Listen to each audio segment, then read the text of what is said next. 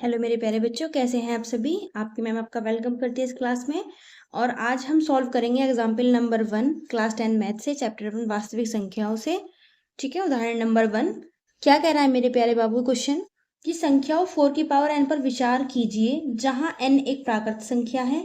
जांच कीजिए कि क्या n का कोई ऐसा मान है जिसके लिए 4 की पावर n शून्य पर समाप्त होता है। ठीक है, 4 की पावर n में n की कोई ऐसी वैल्यू है। n मेरे प्यारे बच्चों क्या होता है? n होता है आपका, ठीक है, नेचुरल नंबर्स का सेट, प्राकृतिक संख्याओं का सेट। ठीक है, जिसमें हमारा 1 से नंबर शुरू होता है और कहाँ तक जाता है?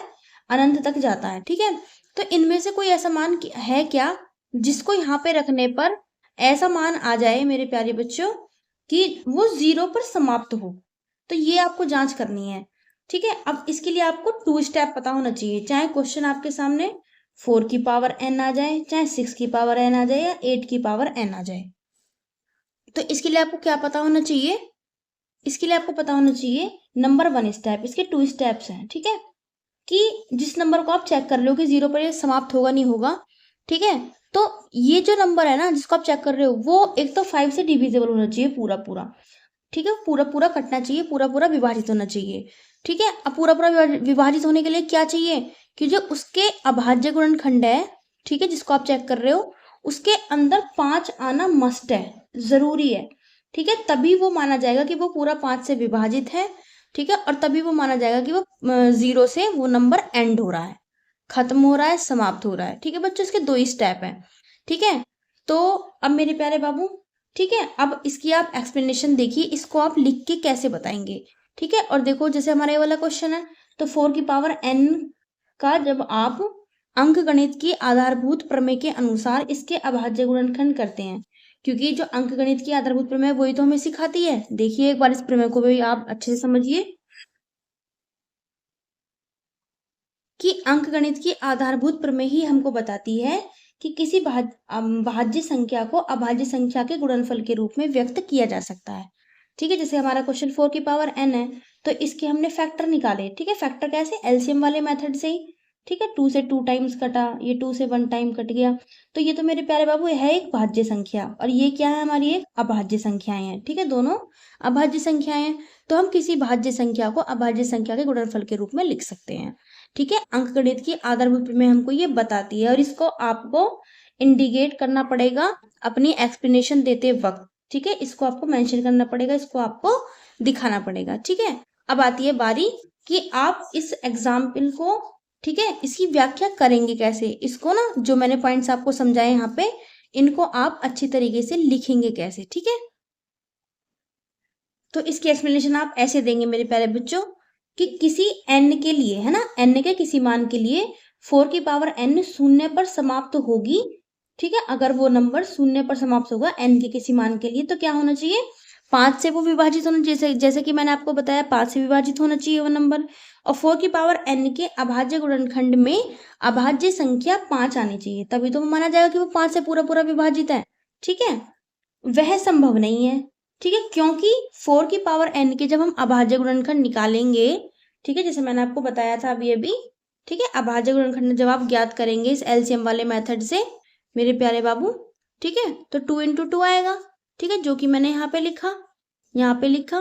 ठीक है, 4 को मैंने लिख दिया 2 into 2, पावर n है तो यहाँ पे पावर n। ठीक है, इसी कारण 4 की पावर n के गुणनखंड में केवल अभाज्य संख्या 2 ही आ सकती है, 5 नहीं आएगी उसमें। इसका मतलब क्या हुआ कि वो 5 से पूरा पूरा विभाजित नहीं होगा, इसका मतलब वो 0 पर एंड नंबर नहीं होगा। ठीक है, आगे देखिए, अंक गणित की आधारभूत प्रमेय, इसका आपको नाम बताना पड़ेगा, क्योंकि इसी ने तो हमें बताया कि भाज्य संख्या को हम अभाज्य संख्या के गुणनफल के रूप में जो है व्यक्त कर सकते हैं।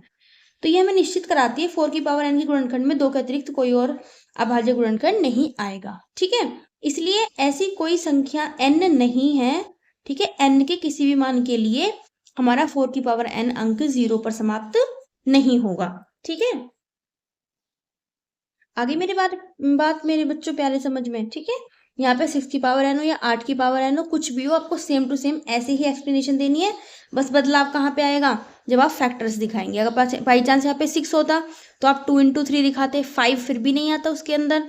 ठीक है, तो 5 से पूरा पूरा डिविजिबल नहीं होता, वो नंबर विभाजित नहीं होता, तो इसका मतलब 6 की पावर n भी आपका 0 पर समाप्त नहीं होता। बाई चांस 8 की पावर n होता तो 2 × 2 × 2 दिखाते आप, तभी भी उसके अंदर 5 नहीं आता, 5 से विभाजित नहीं होता वो नंबर और 0 पर समाप्त नहीं होता। तो मेरे प्यारे बच्चों, कोई भी आपके सामने प्रश्न आ जाए 4 की पावर n, 6 की पावर n या 8 की पावर n, आपको सिमिलरली बिल्कुल सेम टू सेम आपको ऐसे एक्सप्लेनेशन उसकी देनी है। ओके बच्चों, तो यही था इस क्वेश्चन के अंदर। Okay, thanks for watching this class and best of luck for your study.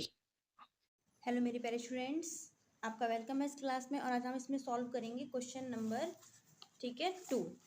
Example number 2 है ये आपका बुक के अंदर, ठीक है, चैप्टर 1 वास्तविक संख्याओं से। ठीक है, संख्याओं 6 और 20 के अभाज्य गुणनखंड विधि से HCF और LCM ज्ञात कीजिए।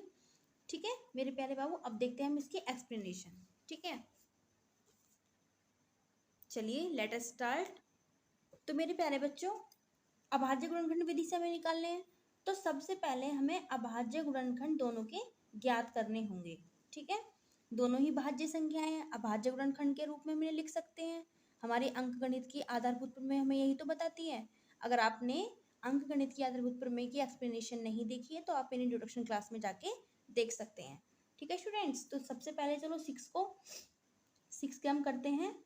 ठीक है, तो 2 से जाएगा पहले आपका, ठीक है, फिर आपका 3 से जाएगा, तो ये इसके अभाज्य गुणनखंड आ गए। ठीक है, तो हम 6 के सामने लिख देते हैं कितना, 2 × 3, ये भाज्य संख्या होगा, ये इसके अभाज्य गुणनखंड के गुणनफल के रूप में हमने इसको व्यक्त कर दिया। ठीक है, इसी प्रकार आपको करना है 20 का।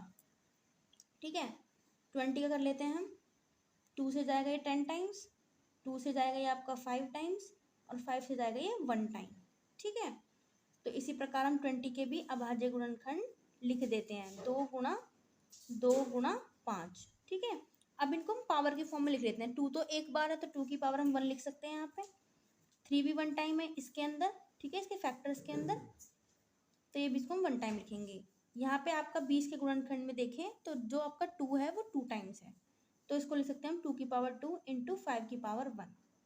तो मेरे प्यारे बाबू, जब आप इनका एलसीएम निकालेंगे, ध्यान से देखें अच्छे से, ठीक है, एक बार आपको मेथड आ जाएगा ना, तो फिर आप कोई सा भी एलसीएम से फाइंड कर सकते हैं किन्हीं भी नंबर्स का। तो बाबू, जब हम एलसीएम निकालते हैं तो इसमें हम कॉमन भी लेते हैं, ठीक है, और नॉन कॉमन नंबर भी लेते हैं। ठीक है, तो जो हम कॉमन लेते हैं ना, जो कॉमन होता है नंबर, जैसे कि इन सब में हम देखें तो 2 कॉमन है, तो जो कॉमन नंबर है उसकी भी हम हाईएस्ट पावर वाला नंबर लेते हैं। जैसे 2 की पावर 1, 2 की पावर 2 में हाईएस्ट कौन है, 2 की पावर 2, तो हम यहाँ से ले लेंगे 2 की पावर 2।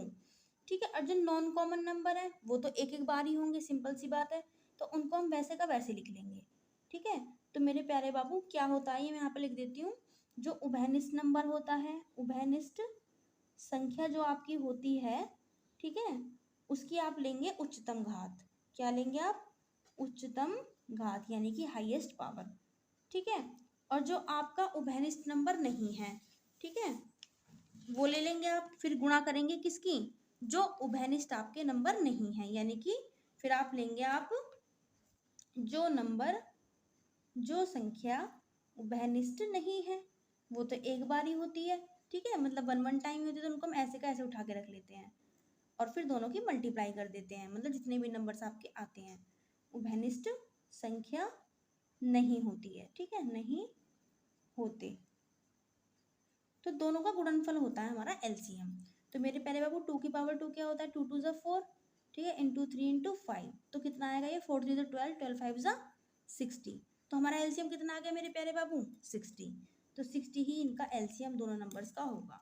अब एचसीएफ तो हमारा बहुत ही आसान है। ठीक है, अगर आपको फुल फॉर्म नहीं पता है तो एलसीएम की फुल फॉर्म होती है लोएस्ट कॉमन मल्टीपल। एचसीएफ की फुल फॉर्म क्या होती है, हाईएस्ट कॉमन फैक्टर। ठीक है, तो 6 और 20 का कैसे निकालेंगे आप, इसमें तो बाबू, इसमें तो हम उभयनिष्ठ और जो उभयनिष्ठ नहीं होते दोनों ही लेते हैं। ठीक है, और उभयनिष्ठ की भी उच्चतम घात लेते हैं, लेकिन एचसीएफ में क्या होता है कि हम केवल और केवल उभयनिष्ठ लेते हैं जो कॉमन होते हैं, और जो उभयनिष्ठ होते हैं ना उसकी भी हम निम्नतम घात लेते हैं मेरे प्यारे बाबू, यही दोनों के अंदर डिफरेंस है।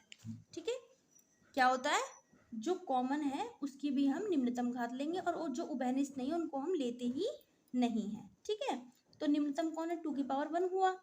ठीक है भाई, 2 की पावर 1 और 2 की पावर 2 में देखें अच्छे से आप, तो 2 की पावर 1 ही तो कम है, तो 2 की पावर 1 यहाँ पे हमारा आ गया। ठीक है, तो 2 ही इसका HCF होगा। ठीक है, यहाँ पे हम क्या लेते हैं, मैं इसको भी लिख देती हूँ, उभयनिष्ठ, ठीक है, संख्या की निम्नतम घात हम यहाँ पे लेते हैं, निम्नतम घात लेते हैं। ठीक है, और जो उभयनिष्ठ नहीं होते वो तो हम इसमें लेते ही नहीं है। ठीक है मेरे प्यारे बाबू, तो बस इतना ही हमें इस क्वेश्चन में करना था।